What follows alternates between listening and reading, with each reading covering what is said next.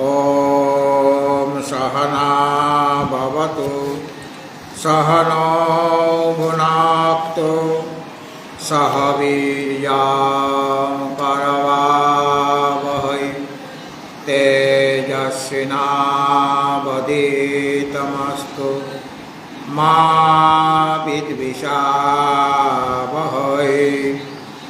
ॐ शान्ति शान्ति शान्ति। ॐ नमो भगवते वैवस्वताय मृत्यवे ब्रह्मविद्याचार्याय नचिकेतसे च। আমরা ওই 16 নম্বর থেকে আবৃত্তি করব। এতদ্ধেবালম্বনং ব্রহ্ম। ও আচ্ছা ঠিক আছে। এতদ্ধেবাক্ষরং ব্রহ্ম एतद्धेवाक्षरं परम् एतद्धेवाक्षरं गत्वा यो यदिच्छति तस्य तत्। एतत् आलम्बनं श्रेष्ठम् एतत् आलम्बनं परम् एतदालम्बनं गत्वा ब्रह्मलोके मुह्यते न जायते म्रियते वा विपश्येत् नायं कुतश्चित् न बभूव कश्चित् अजो नित्यः शाश्वतोऽयं पुराणो न हन्यते हन्यमाने शरीरे हन्ता चैन्मन्यते हन्तो हतश्चैन्मन्यते हता उभौतो न विजानीतो नायं हन्ति नान्यते अनोरणीयान् महतो महीयान् आत्माश्च जन्तोर्निहितो गुहायाम् तमाक्रतो पश्यति वीतशोको धातु प्रसादान् महिमानमात्मनः।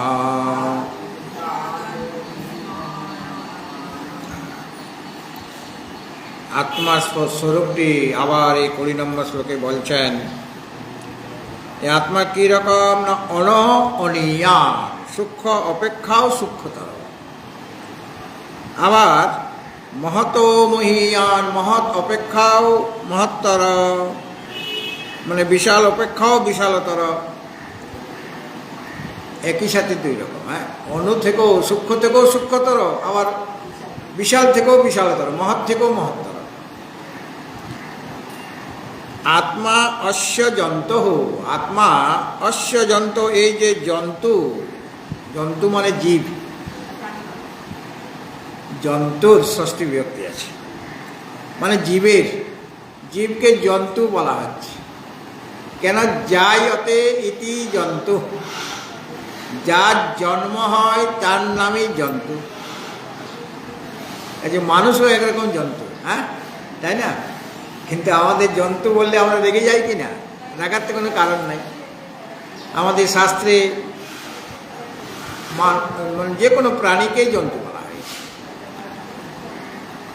তো জন্তু মানে এখানে জীব, যার জন্ম আছে। অর্থাৎ জীবের যদিও জন্ম মৃত্যু নেই, তথাপি জীব মনে করে যে আমার একদিন জন্ম হয়েছে ভ্রমবশত এবং আমার একদিন মৃত্যু হয়ে যাবে, এটা তার ভ্রম।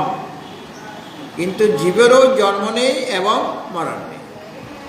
তাহলে এই যে জীবের গুহায়াম, জীবের গুহা মানে হৃদয় গুহা, এই হৃদয় গুহার মধ্যে আত্মা নিহিত মানে জীবাত্মা রূপে অবস্থিত হয়ে আছেন। এই হৃদয় গুহাতে তিনি রয়েছেন। হৃদয় গুহাতে রয়েছেন, তাকে আমি দেখব কেমন করে? গুহার মধ্যে প্রবেশ করতে হবে, তবে গিয়ে গুহার ভিতরে যিনি আছেন তাকে দর্শন করা যায়। তো হৃদয় গুহাতে তিনি আছেন, আত্মা নিহিত আছেন মানে অবস্থিত আছেন। একে দেখার উপায় হলো ধাতু প্রসাদাৎ। ধাতু মানে মন প্রভৃতি ইন্দ্রিয়বর্গ, তারাই শরীরকে ধারণ করে রেখেছে বলে ধাতু। তো ধাতু হচ্ছে যেটা শরীরকে ধারণ করে।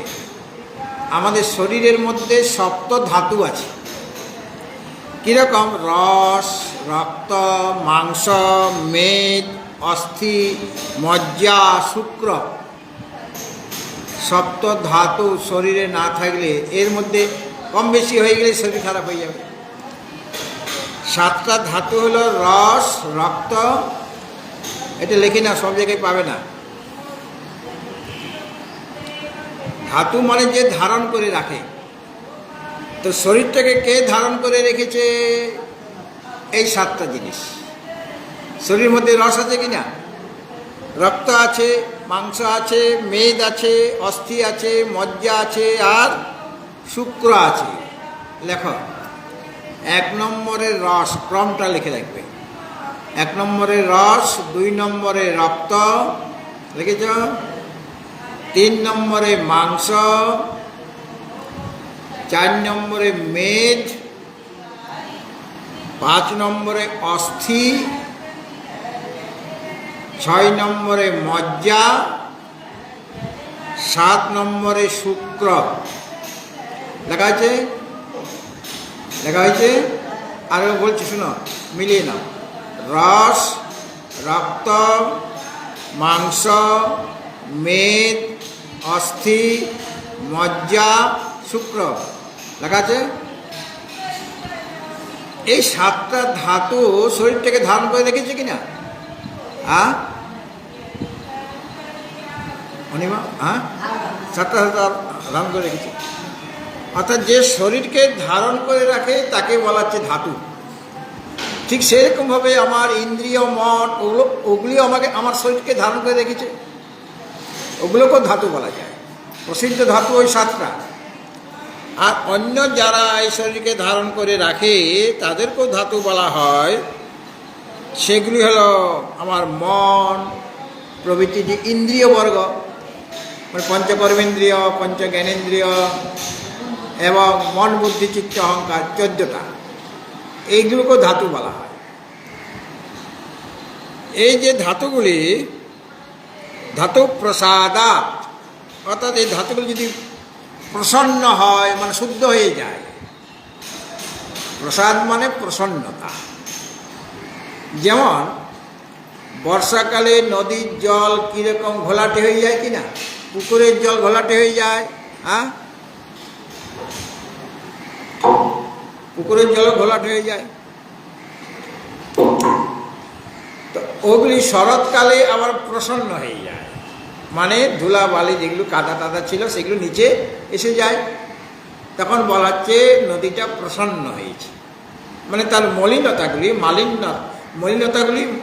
মালিন্যগুলি নিচে জমা পড়ে গেছে, উপরে নাই, জলের মধ্যে নাই, নিচে চলে এসছে।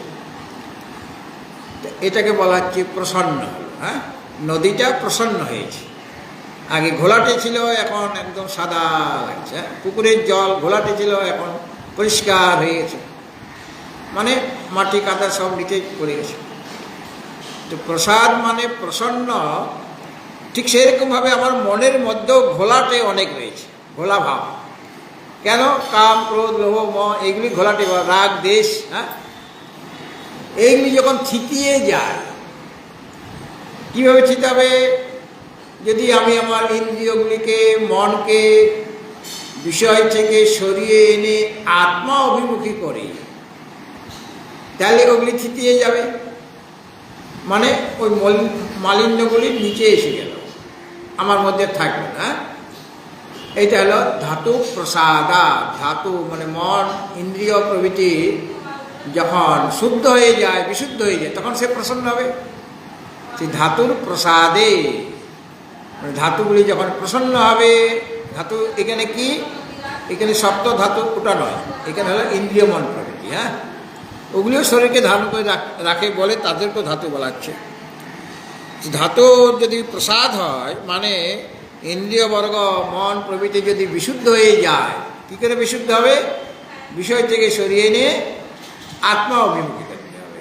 যাকে ইন্দ্রিয়গুলিকে বিষয় থেকে সরালে তখন তাকে বলা হচ্ছে দমন, আর যখন মন বিষয় থেকে সরিয়ে এনে মনকে আত্মা অভিমুখী করার নাম সম। সম আর দম। হ্যাঁ, এর দ্বারাই ধাতু প্রসাদ হয়, মানে ইন্দ্রিয়গুলি শুদ্ধ হয়ে যায়। এতে করে অক্রতু, এখানে বলা আছে তম অক্রতু। অক্রতু, ক্রতু মানে কামনা, তো অক্রতু মানে কামনাহীন, অর্থাৎ নিষ্কাম ব্যক্তি।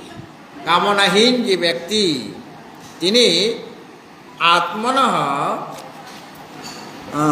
তম মহিমান, আত্মার সেই যে মহিমা, মহিমা কীরকম? আগে যেগুলি বলা হয়েছে, যে তার জন্ম নেই, মৃত্যু নেই, কোনো প্রকার বিকার নেই, তিনি নিত্য, শাশ্বত, পুরাণ, এবং শরীরের মধ্যে থাকলে পরেও শরীরের বিনাশ হলেও তার বিনাশ নেই। এটি হলো আত্মার মহিমা।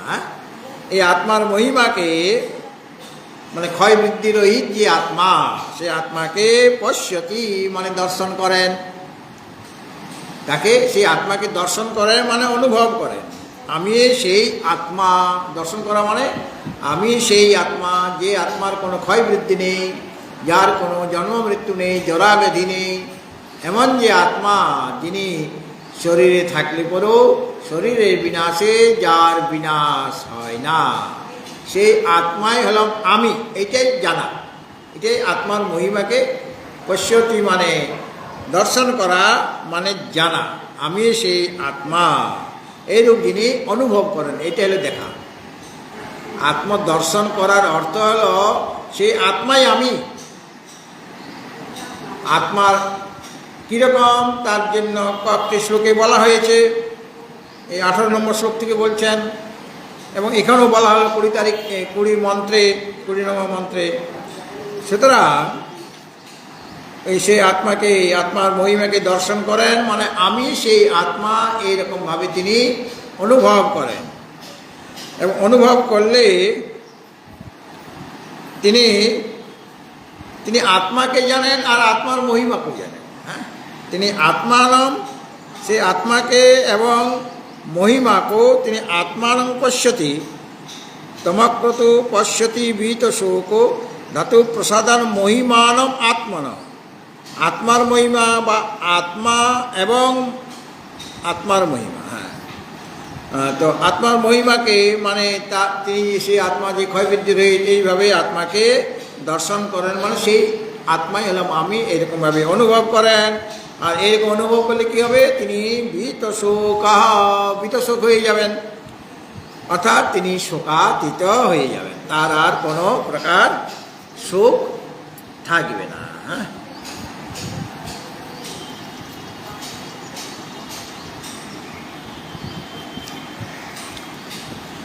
তাহলে দেখুন শ্লোকটি আরেকবার বলুন। শ্লোকটি খুবই প্রসিদ্ধ শ্লোক। অনরণীয়ান মহতো মহীয়ান আত্মাশ যন্তর নিহিত গুহায়া তমাক্রতোপশ্যতি ভীতশোকো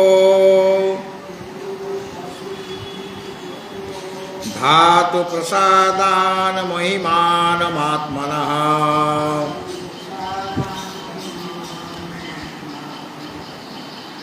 যারা বিপশ্চিত মানে বিদ্বান পুরুষ, বিপশ্চিত শব্দের অর্থ বিদ্বানও হয়, আবার বিপশ্চিত মানে আত্মা, পরমাত্মা, দুটো অর্থই হয়। হ্যাঁ, তো যারা বিদ্বান ব্যক্তি তারা তাদের আত্মদর্শনটা কী রকম, কীভাবে তারা আত্মদর্শন করেন সেইটা দেখাচ্ছেন।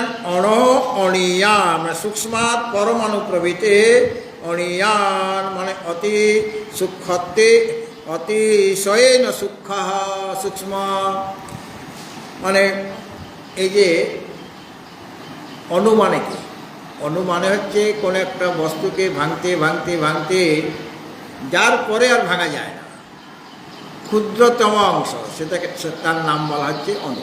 অণু বা পরমাণু, অ্যাটম। আর আগে আমরা পড়েছিলাম কেমিস্ট্রিতে, আগে মলিকুল তারপরে অ্যাটম। হ্যাঁ, অণু তারপরে পরমাণু। তো পরমাণুটা হলো সবচেয়ে ক্ষুদ্রতম অবস্থা, ক্ষুদ্রতম আকার। তো এই আত্মা অণুর থেকেও অণু, মানে সূক্ষ্ম থেকেও সূক্ষ্মতর, মানে সংসারে যত রকমের সূক্ষ্ম বস্তু থাকতে পারে তার চেয়েও সূক্ষ্মতম, তার থেকে সূক্ষ্ম আর কোনো বস্তু নাই। আবার বিপরীতভাবে মহত মহীয়ান, আকাশ যেমন ভাবে সবচেয়ে বড়, আমাদের জগতের মধ্যে আকাশটা সর্বাপেক্ষা বড়, ব্যাপক। এই যে বিরাট যে আকাশ, সে আকাশ অপেক্ষাও তিনি বড়, মহত মহীয়ান। মহৎ যে আকাশ, বিশাল যে আকাশ, সে আকাশ অপেক্ষাও তিনি বিশালতর। তার এটা এরকম হয় কেন? যেমন মহাকাশ একটা ঘটের মধ্যে যখন আছে তখন তার নাম বলি ঘটাকাশ, আবার যখন এই ঘটটার মধ্যে আছে তখন তার নাম বলি গৃহাকাশ, বলে কিনা?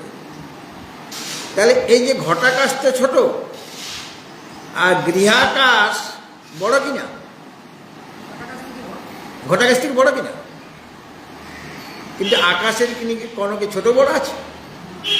ওই উপাধিটার জন্য ওকে ছোট বলে মনে হচ্ছে ঘটাকাশকে। উপাধি হলো ঘট ছোট, আর ঘটটা হলো বড় উপাধি, এই জন্য গৃহাকাশটা ঘটাকাশ অপেক্ষা বড়। সেরকম আত্মাকে কখনো ছোট বলা হচ্ছে, অতি সূক্ষ্ম, কখনো বড় বলা হচ্ছে। মানে কি? উপাধি অনুসারে যদি উপাধিতে ছোট হয়, সেখানে তো আছেন তিনি, আত্মা আছেন কিনা?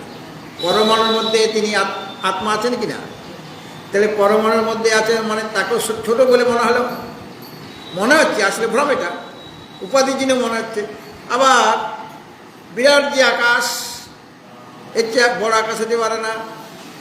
আকাশের অপেক্ষা এই জগতের মধ্যে আর বিশাল কিছু নাই।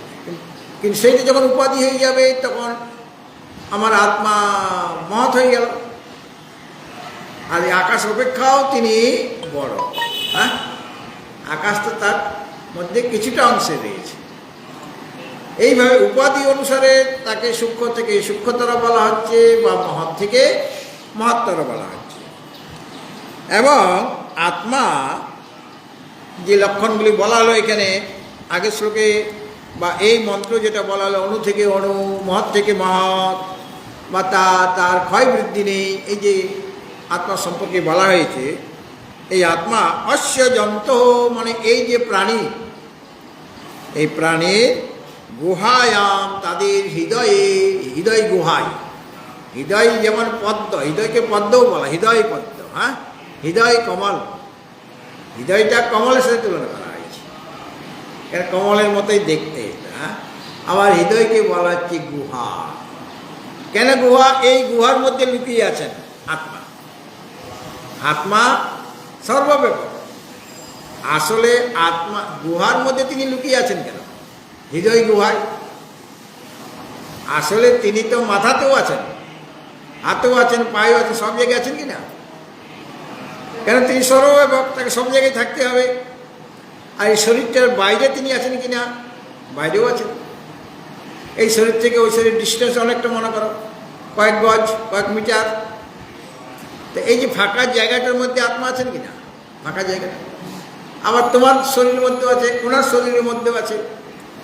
কিন্তু হৃদয় গুহায় নিবাস করার অর্থ হলো যে হৃদয়ের দ্বারাই তাকে উপলব্ধি করা যায়। হৃদয় যখন শুদ্ধ হয়ে যাবে, হৃদয় মানে বুদ্ধি যখন সূক্ষ্ম হয়ে যাবে, একাগ্র হয়ে যাবে, সে একাগ্র বুদ্ধির দ্বারাই, সূক্ষ্ম বুদ্ধির দ্বারাই সে আত্মাকে দর্শন করা যায়, মানে তার উপলব্ধি করা সম্ভব। এই জন্য হৃদয় গুহার কথা বললেন। তিনি আছেন তো সব জায়গাতেই, কিন্তু অশ্য যন্ত্র গুহায়াম নিহিত, নিহিত মানে থাকা, অবস্থিত। এই হৃদয় গুহার সমস্ত প্রাণীর হৃদয় গুহাতে তিনি আছেন। কিন্তু অন্যরা, মনুষ্যিত অন্য যে প্রাণী রয়েছে, পশু পক্ষী ইত্যাদি, তারা তাকে অনুভব করতে পারে, তাদের সেই ধারণাই নেই। মানুষ এটা পারে, আর পারেন দেবতারা, স্বর্গের দেবতারাও পারেন, কারণ তাদেরও জ্ঞান লাভ করার অধিকার আছে, তাদের হৃদয় গুহাতেও আছেন, সকলের হৃদয় গুহাতেই আছেন। কিন্তু হৃদয় গুহাতে মনুষ্যিত প্রাণীতে থাকলে পরেও ওরা সেটা অনুভব করতে পারেন না, তাদের সেই ধরনের ধারণাই নাই। মানুষের ধারণা আছে, দেবতাদের ওই ধারণা আছে, কারণ তারা তো পুণ্যকর্ম করেছেন, তার ফলে তারা স্বর্গে গিয়েছেন। আর স্বর্গে যদি বৈরাগ্য উৎপন্ন হয়ে যায় তাদের, ভোগ্যবস্তু অনেক, সেখানে বৈরাগ্য হওয়া খুব কঠিন কাজ। যেখানে অনেক সুখ সম্পত্তি আছে সেখানে অত সহজে বৈরাগ্যের উদয় হয় না। যেখানে ভোগ্যবস্তু কম সেখানে বৈরাগ্যের উদয় হয়। গরিবদের মধ্যে বৈরাগ্যের উদয় বেশি হবে, তাদের সুখ ভোগ্যবস্তু কম। আর যারা ভোগের মধ্যে ডুবে রয়েছে তাদের বৈরাগ্য হওয়া খুব কঠিন কাজ। তো দেবতাদের মধ্যে যদি বৈরাগ্যের উদয় হয় তাহলে তারাও তাকে জানতে পারবে, ও হৃদয় গুহাতে দর্শন করবেন। এই জন্য ধ্যানাবস্থিত তদ্গতেন মনসা পশ্যন্তি অং যোগিনো, ধ্যানে অবস্থিত হয়ে, ধ্যানাবস্থিত তদ্গতেন মনসা, তদ্গত মন নিয়ে তাকে দর্শন করে। হ্যাঁ, মানে চোখ খুললে যায় না দেখা, মুদলে পরিষ্কার। চোখ খুলে রাখলে বিষয় দেখা যাবে, মুদলে পরিষ্কার দেখা যাবে, তখন তো আমার ইন্দ্রিয়গুলি, মন সব ভিতরে এসে যাচ্ছে। হ্যাঁ, এটা কে বলেছিলেন? আবল তাবলে আছে সুকুমার রায়, যে চোখ খুললে যায় না দেখা, মুদলে পরিষ্কার। আর আমাদের উপনিষদ, ওই কঠোপনিষদে বলা হবে যে ওই চক্ষুর আদি ইন্দ্রিয় বন্ধ করলেই তবে গীতাকে দেখা যাবে। চক্ষুর আদি ইন্দ্রিয় বন্ধ করা মানে বিষয় গ্রহণ না করার, মানে ধ্যাননেত্র। যখন ধ্যান করবে, শ্রবণ মনন নিদিধ্যাসন যখন করবে, তখন হৃদয় গুহাতে যিনি অবস্থান করছেন তাকে দর্শন করা যায়। বাইরে তাকে খুঁজে পাওয়া যায়, বাইরে তিনি আছেন, বাইরেও তিনি আছেন, কিন্তু বাইরে কত আমি খুঁজবো, আমার ভিতরে যে আছে। বাইরে খুঁজাখুঁজি করতে করতে তো আমি তো সারা জীবন চলে যাবে, কিন্তু আমার ছোট্ট একটু জায়গায় আছে হৃদয় গুহা, তো সেখানে আমাকে প্রবেশ করতে হবে। অর্থাৎ ওই যে মন, ইন্দ্রিয় প্রভৃতি যেগুলি প্রসাদ হয়েছে, মানে বিষয় থেকে, বিষয়ে আসক্তি থেকে দূর হয়ে গেছে, অনাসক্ত হয়েছে, সেই মন ইন্দ্রিয়গুলিকে আমি কোথায় নিয়ে এসেছি? হৃদয় গুহাতে প্রবেশ করাচ্ছি, তারা শুদ্ধ হয়ে গেছে। তাহলে সেই শুদ্ধ যে ধাতু, মানে ইন্দ্রিয় মন প্রভৃতির দ্বারা তাকে দর্শন করা যাবে। হ্যাঁ, এই জন্য বললেন প্রাণী, সমস্ত প্রাণী হৃদয়ে এই আত্মা নিহিত হয়ে আছেন, স্থিত হয়ে আছেন। তাকে অক্রতু, অক্রতু মানে যার ক্রতু নেই, নাস্তি ক্রতু মানে সংকল্প, মানে কামনা, যার কোনো সংকল্প নেই। আমাদের কামনা উদয় হওয়ার আগে সংকল্প জাগে মনে। হ্যাঁ, সংকল্প থেকে কামনা বাসনা জাগবে। সুতরাং যার সংকল্প নেই, মানে কামনা নেই, তাকে বলা হচ্ছে অক্রতু। অক্রতু কাকে বলে? ক্রতু মানে সংকল্প বা কামনা। যার মনের মধ্যে কামনা নেই সেই ব্যক্তিকে কি বলা হবে? অক্রতু, মানে নিষ্কামতভাবে হতে হবে, কামনা রহিত হতে হবে, মানে বৈরাগ্য থাকতে হবে, বিষয়ে অনাসক্ত হতে হবে। আর গীতাতেও বলা হয়েছে, হ্যাঁ, কামনা রহিত, কামনাহীন। গীতাতেও বলা হয়েছে যে মত কর্মকৃন মত পরম মদ ভক্ত সঙ্গবর্জিত। সঙ্গ মানে আসক্তি রহিত, বিষয় আদিতে আসক্তি রহিত। মত কর্মকৃত মত পরম মত ভক্ত সঙ্গবর্জিত নির্বৈর সর্বভূতেষু ইয়স মামেতি পাণ্ডব। হ্যাঁ হ্যাঁ, এটা দেখো তো নবম অধ্যায় কি আছে দেখো তো। নবম অধ্যায় শেষের দিকে, না নবম অধ্যায় নয়, একাদশ অধ্যায়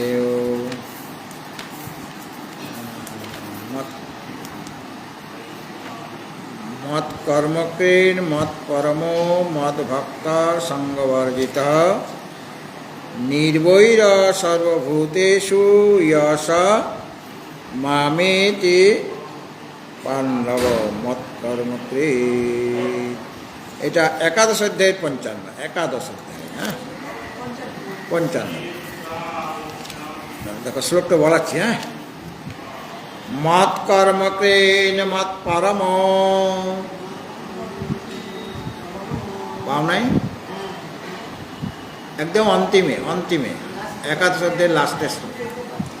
মত কর্মকৃন মত পরম মদ ভক্ত সঙ্গবর্জিত নির্বৈর সর্বভূতেষু ইয়স মামেতি পাণ্ডব। কারা আমাকে লাভ করেন সেই বিষয়ে বলছেন, হে অর্জুন, যিনি মত কর্মকৃত মানে আমার জন্য কর্ম করেন, আর মত পরম আমাকে যিনি শ্রেষ্ঠ তত্ত্ব বলে স্বীকার করেন, এবং সঙ্গবর্জিত অর্থাৎ ধন মিত্র পুত্র ইত্যাদিতে যার কোনো আসক্তি নেই, এবং মদ ভক্ত আমার যিনি ভক্ত, এবং সর্বভূতেষু নির্বৈর সমস্ত প্রাণীর মধ্যে যিনি শত্রু ভাব রহিত, শত্রুতা নেই কার সাথে, তিনি মাম এতি, তিনি আমাকে লাভ করেন। হ্যাঁ, এটা প্রসিদ্ধ শ্লোক। তো এখানেও বলা হচ্ছে অক্রতু হতে হবে। আত্মদর্শন করতে গেলে অক্রতু হতে হবে, মানে কামনা বাসনা রহিত হতে হবে। হ্যাঁ, তো যিনি অক্রতু তিনি বিত শোক মানে বিগত দুঃখস্য, বিগত দুঃখ হয়ে যাবেন, তার মধ্যে কোনো দুঃখ থাকবে না।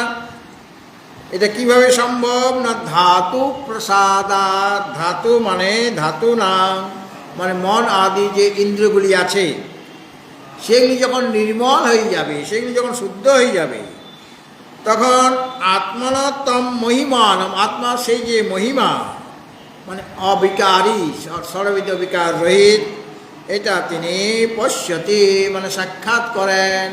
অর্থাৎ সেই আত্মায় আমি এইরকমভাবে তিনি অনুভব করেন। ঠিক আছে, এখন এটার ভাষ্যটা দেখো।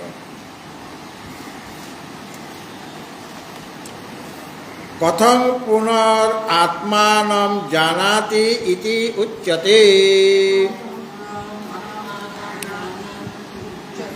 মানে পণ্ডিতগণ কিভাবে আত্মাকে দর্শন করেন সেটা এখন বলা হচ্ছে। হ্যাঁ,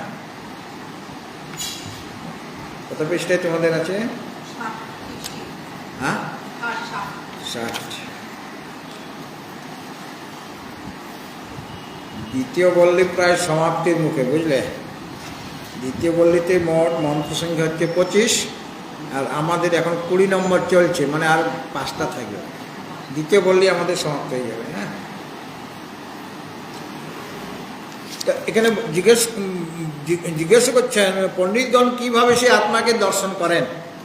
প্রথম পুনর আত্মানং জানাতি ইতি উচ্যতে, অর্থাৎ পণ্ডিতগণ কিভাবে কি প্রকারে আত্মাকে জানেন মানে দর্শন করেন সেটা এখন বলা হচ্ছে। কীরকম বলছেন? অণ সূক্ষ্মাৎ অণীয়ান শ্যামাকাদের অনুতরা।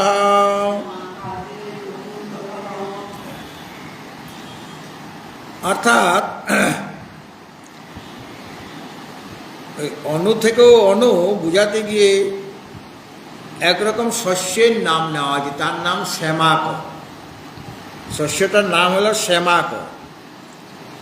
তো শস্যের যে বীজটা অতি সূক্ষ্ম, হ্যাঁ,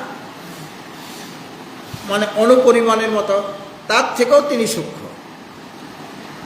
আমরা আগে বলেছিলাম যে পৃথিবীর যে অণু, মানে একটা পৃথিবী একটা কোনো বস্তুকে টুকরো টুকরো করতে করতে আজ যখন ভাঙা যাচ্ছে না তখন তাকে বলছি অণু, মানে অতি সূক্ষ্ম, হ্যাঁ, তার থেকে আর ভাঙা যাচ্ছে না। আর সেই দৃষ্টান্ত না দিয়ে এখানে আচার্য শ্যামাক একরকম শস্য বিশেষ তার দৃষ্টান্ত দিচ্ছে। শ্যামাক যেমন খুবই ছোট তার বীজটা, সেই শ্যামাকাদে অণুতর তিনি সূক্ষ্মাৎ অনিয়ান, অণ মানে সূক্ষ্মাৎ অনিয়ান, সূক্ষ্ম থেকেও তিনি সূক্ষ্মতর। কীরকম না শ্যামাকাদে অণুতর, শ্যামাক মানে শস্য বিশেষ, তার থেকেও তিনি সূক্ষ্ম পদার্থ। কে? এই আত্মা।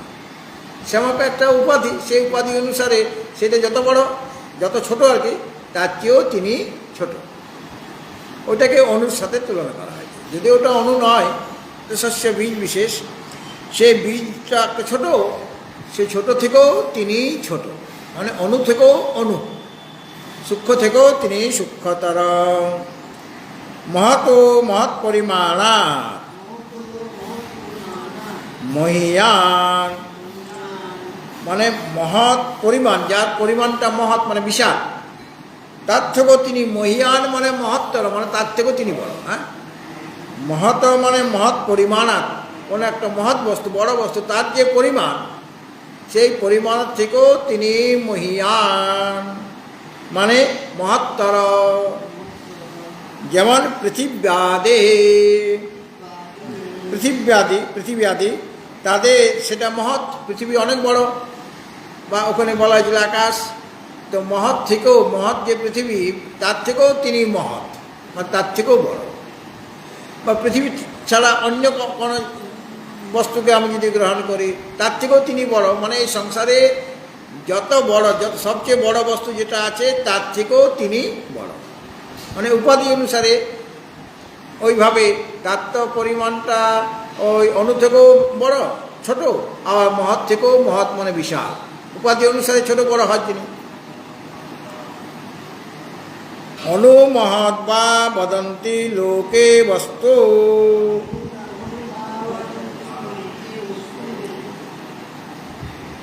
লোকের মধ্যে দেখা যায় যে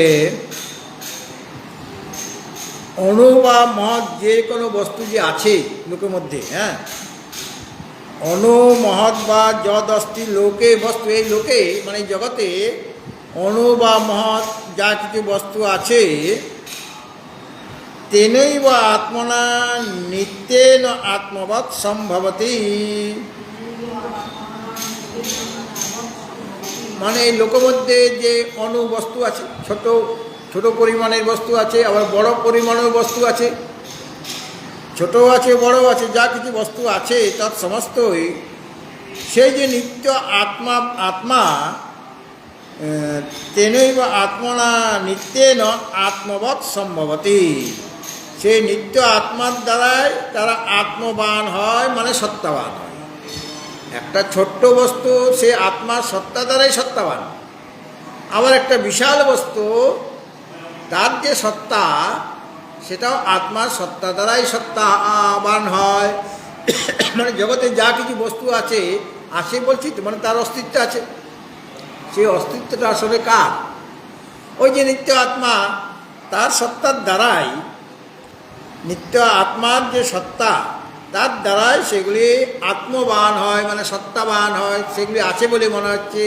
তাদের যে সত্তা বা অস্তিত্ব, একটা ছোট বস্তুর অস্তিত্ব বা একটা বড় বস্তুর অস্তিত্ব কাকে অপেক্ষা করছে? আত্মাকে।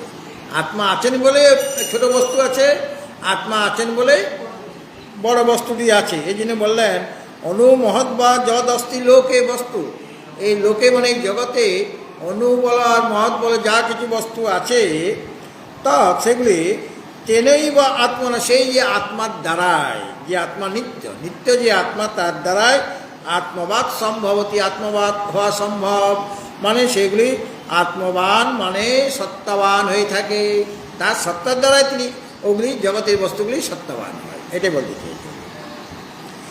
তদাত্মনা বিনির্মুক্তম অসৎ সম্পদ্যতে,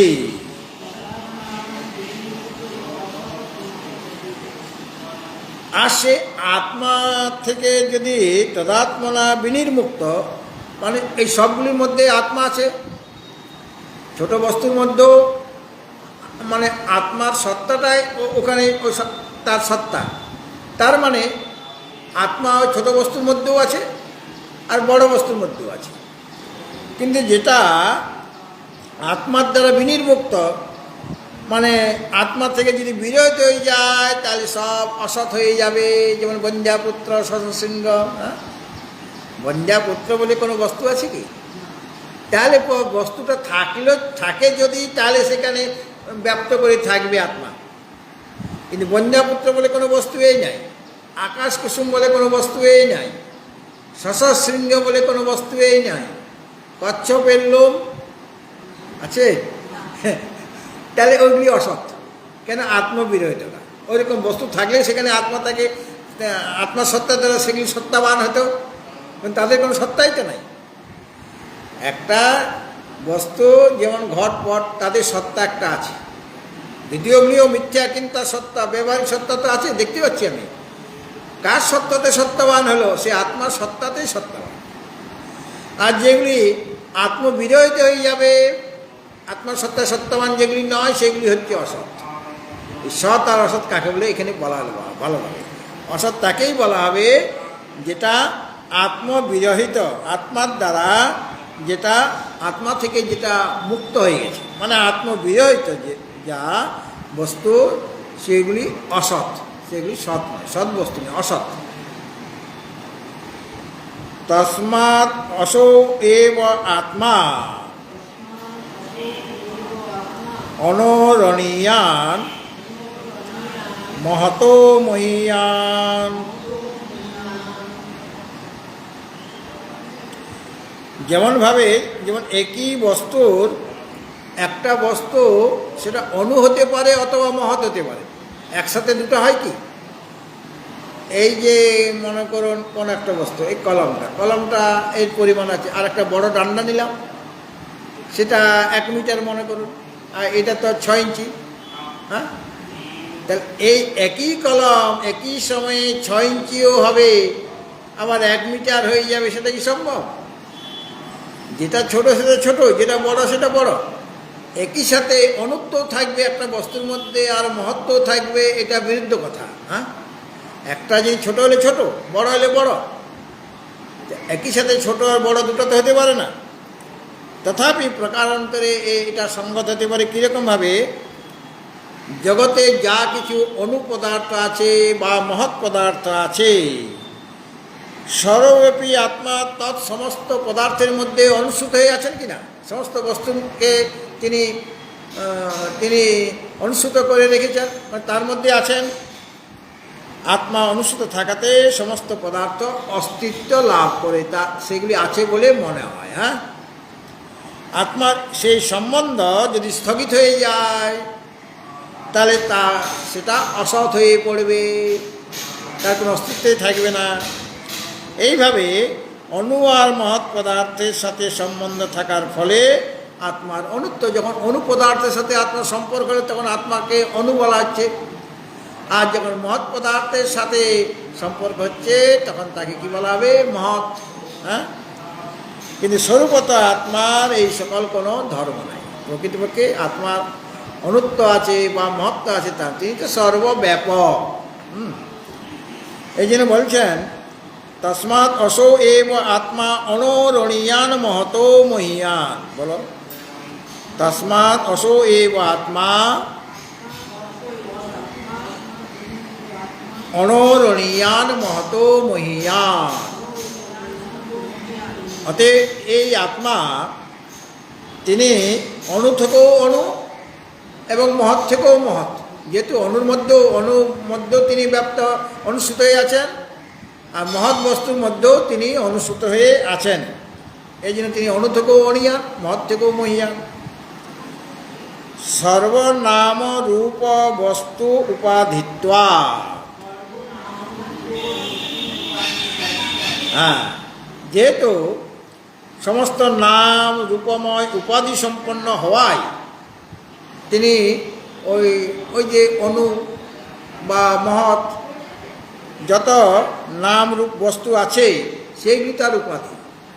নাম রূপ যুক্ত যে বস্তু সেইগুলি উপাধি হওয়ার দরুন আত্মাকেও মনে হয় তিনি অনু বা মহৎ, এরকম মনে হয়। নাম রূপ যুক্ত যে বস্তু, সেই বস্তুটা যখন উপাধি হবে, যেমন ঘট একটা বস্তু, সেটা যখন আকাশের উপাধি হয়ে গেল তখন তিনি ঘটের মতো পরিমাণ ওই আকাশটা, আর যখন গৃহ আকাশ হলো তখন ঘরের মতো তার পরিমাণটা হয়ে গেল। আত্মা মনে করো একটা আমার মধ্যে আছে, আছেন কি না, একটা মশার মধ্যে আছে, তখন কি আত্মা ছোট হয়ে গেল? মশার মধ্যে আছে, ছোট হয়ে গেল কি? ছোট বলে মনে হয়, ছোট বলে মনে, কিন্তু সে তো ব্যাপক, যে ব্যাপক মানে উপাধি বশত মনে হচ্ছে যেন উনি ওখানে ছোট হয়ে গেলেন। বা একটা অ্যামিবা, এক কোষী প্রাণী আছে না, অ্যামিবার নাম শুনিস না?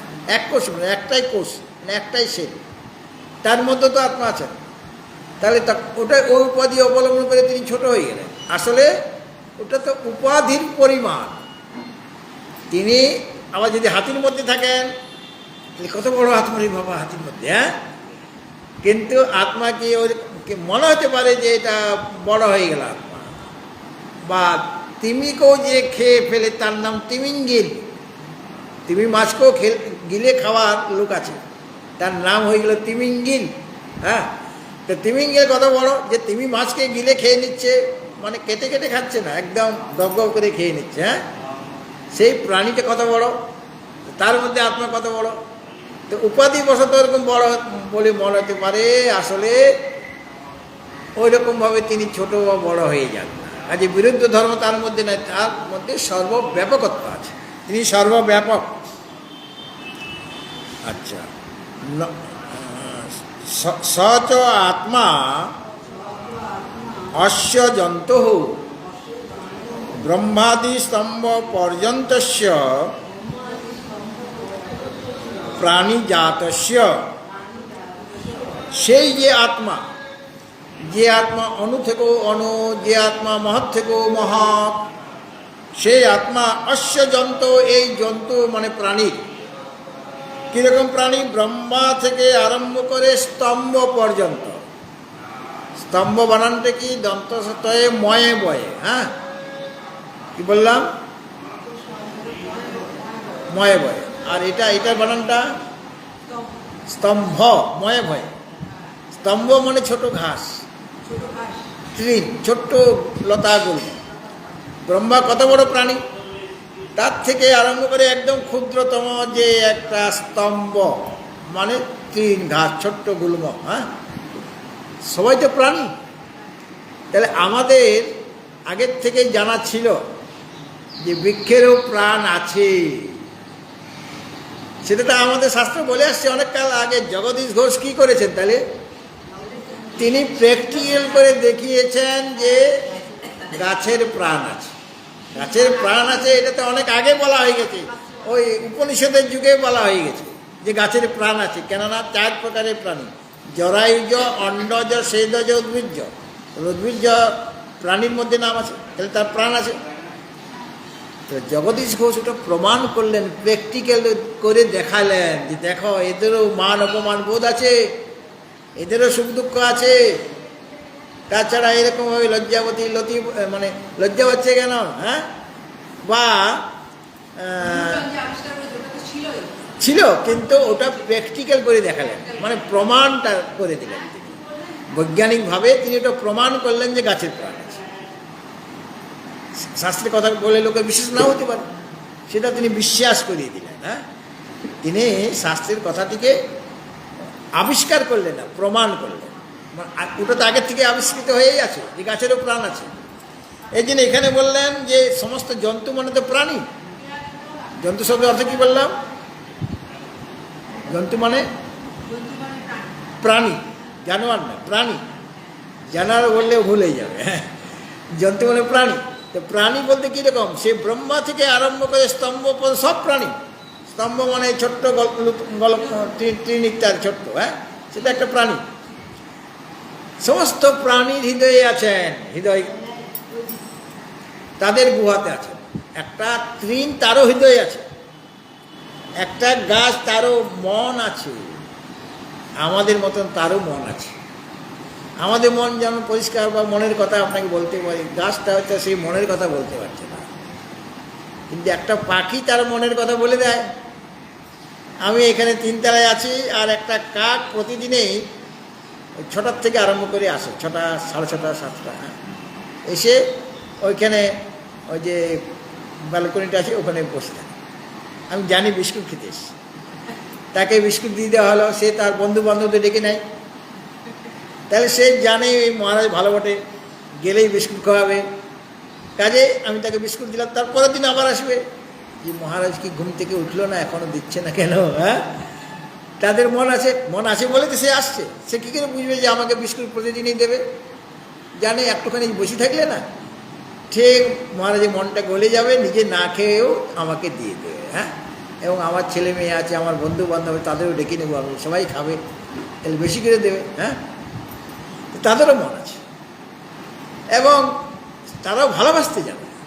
একটা পায়রা যারা পোষে, সেই পায়রাটা যে পোষছে তাকে আদর করছে, করে কি? তুমি তাকে চুমু খাও, সেও তোমাকে চুমু খাবে ঠোঁট দিয়ে, কিন্তু আমি গেলে আমাকে ঠুকরে দিবে, কারণ আমাকে সে চেনে না। আর তোমার নিজের পায়রা বা তোমার নিজের ময়না, সে তোমাকে আদর করবে। তো তাদের মন না থাকলে এটা বলবে কেন, হ্যাঁ, করে কেন এটা? সুতরাং জন্তু শব্দের অর্থ করা হলো যে ব্রহ্মাদি স্তম্ভ পর্যন্ত প্রাণী জাত, যত প্রাণী আছে, জাত মানে সমূহ, প্রাণী সমূহ, তাদের গুহায়াম হৃদয়ে নিহিত আত্মভূত স্থিত ইত্যর্থ। সেই যে আত্মা, তিনি জন্তু মানে ব্রহ্মা থেকে আরম্ভ করে স্তম্ভ পর্যন্ত যত প্রাণী আছে, তাদের হৃদয় গুহাতে নিহিত মানে অবস্থিত আছেন। কীভাবে অবস্থিত আছেন? আত্মভূত, আত্মারূপে অবস্থিত আছেন তাদের আত্মা। সমস্ত প্রাণীর তিনি হলেন আত্মা মানে স্বরূপ, সে আত্মরূপে তিনি অবস্থিত আছেন ইত্যর্থ। তম আত্মানম, বলো, পাও নেই? তম আত্মানম, বলো। দর্শন শ্রবণ মনন বিজ্ঞান লিঙ্গম, সেই যে আত্মা, যে আত্মা সমস্ত প্রাণীর হৃদয়ে অবস্থিত আছেন, তাকে ওই দর্শন শ্রবণ মনন ইত্যাদির দ্বারা, দর্শন শ্রবণ মনন বিজ্ঞান লিঙ্গম, সেই আত্মার এটা একটু বলা হলো যে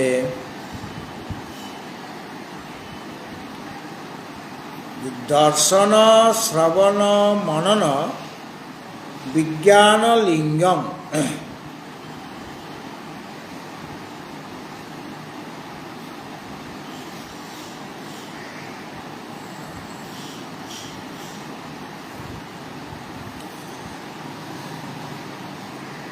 অক্রতু অকামঃ দৃষ্টাদৃষ্ট বাহ্য বিষয়েভ্য উপরত বুদ্ধির ইত্যর্থ। এখন এই যে জড় ইন্দ্রিয় প্রভৃতি, হ্যাঁ, বা অন্তঃকরণ, এদের দেখা মানে দর্শন, শ্রবণ মানে শোনা, মনন মানে চিন্তা, বিজ্ঞান মানে বুঝা, এই যে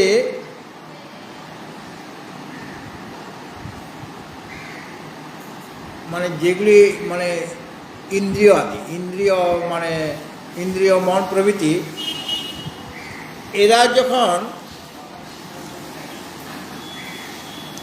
ওই তৎ বিষয়ে শ্রবণ মনন নির্দেশন করবেন, আত্মা বিষয়ে তাকে দর্শন করবেন, শ্রবণ করবেন, মনন করবেন, বিজ্ঞান করবেন। তখন অক্রতু মানে অকাম, মানে কামনা রহিত যে ব্যক্তি, তিনি মানে অক্রতু কাকে বলা হচ্ছে সেটা বলা হলো দৃষ্টাদৃষ্ট বাহ্য বিষয়। দৃষ্ট মানে লৌকিক, অদৃষ্ট মানে পারলৌকিক। যে বাহ্য বিষয়, সেই বাহ্য বিষয় থেকে যার বুদ্ধি উপরত হয়ে গেছে, বাহ্য বিষয় থেকে যার বুদ্ধিটা সরে এসেছে, সরে এসে কোথায় রয়েছে? আত্মবিষয় রয়েছে। আত্মাতে সেই মানে ইয়েগুলি, তার যে ইন্দ্রিয় মন প্রভৃতি আত্মা অভিমুখী হয়ে গেছে। ঠিক আছে? তিনি যিনি হৃদয় গুহায় নিহিত আছেন, আত্মারূপে অবস্থান করছেন, পুরুষ যখন অক্রতু হয়ে যায়, অক্রতু মানে কামনাহীন হয়ে যায়, কামনা রহিত যখন হয়ে যায়, অর্থাৎ যখন দৃষ্টাদৃষ্ট বিষয় উপরত বুদ্ধি, দৃষ্টাদৃষ্ট মানে দৃষ্ট মানে অহিত, আর অদৃষ্ট মানে পারলৌকিক। ইহলৌকিক এবং পারলৌকিক বাহ্য বিষয়ে যখন বিরক্ত চিত্ত হয়ে যায়, উপরত চিত্ত, উপরত বুদ্ধি, মানে সেখানে সে উপরত হয়েছে, মানে বিরক্ত হয়েছে, মানে সেখানে বাহ্য বিষয়ে তার বৈরাগ্য উৎপন্ন হয়েছে। তখন তার ওই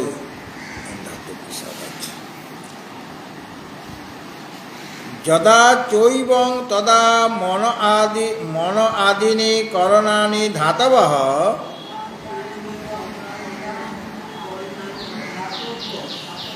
শরীরস্য ধারণাৎ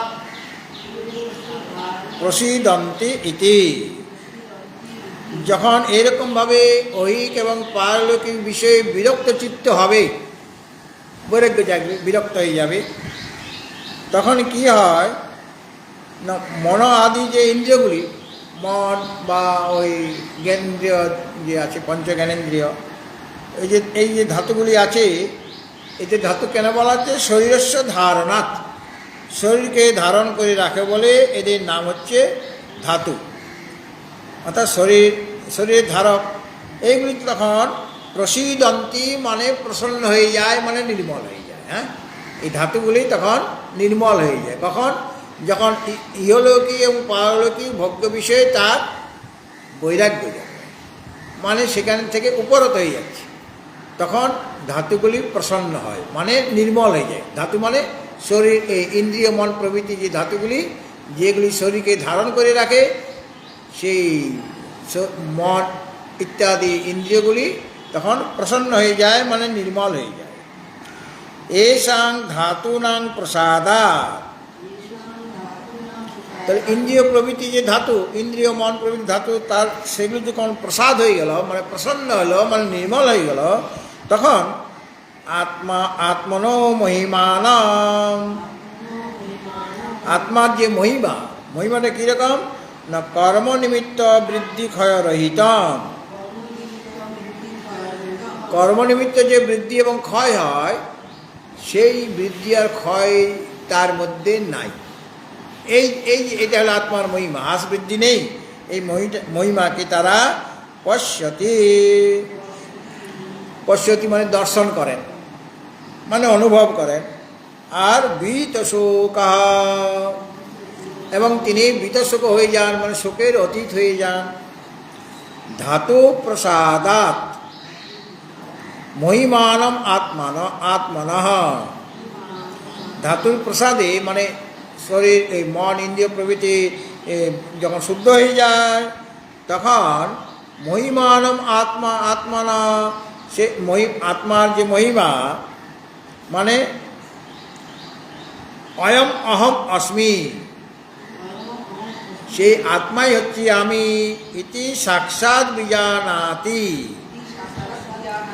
এটা সাক্ষাৎকার তিনি করেন যে সেই ওই রকম আত্মাই হচ্ছে আমি। হ্যাঁ, এটাকে বলা হচ্ছে পশ্যতি, মানে বিজানাতি বা অনুভব করা। তত বিগত শোকো ভবতি, এর ফলে তিনি বিতশোক হয়ে যান। তত মানে যখন সেই আত্মায় আমি এরকমভাবে যখন তার অনুভব হচ্ছে, তখন তিনি বিতশোক মানে বিগত শোক হয়ে যান, মানে কোনো শোক তার থাকে না। বিগত শোকো ভবতি। ঠিক আছে, এখানে থাক আজকে। হ্যাঁ, আগামীকাল প্রতিপদ নয়, কিন্তু আগামীকালও পূর্ণিমা থাকছে, প্রতিপদ হবে শনিবার। কাজেই শনিবার দিনটা আমাদের প্রতিপদ, কালকে হবে, কালকে দিনটা হবে। ওম সহনা ভবতু সহনো ভুনাক্তু সহ বীর্যং করবাবহৈ তেজস্বিনাবধীতমস্তু মা বিদ্বিষাবহৈ। ওম শান্তি শান্তি শান্তি। হরি ওম শ্রী গুরুভ্যো নমঃ। হরি ওম।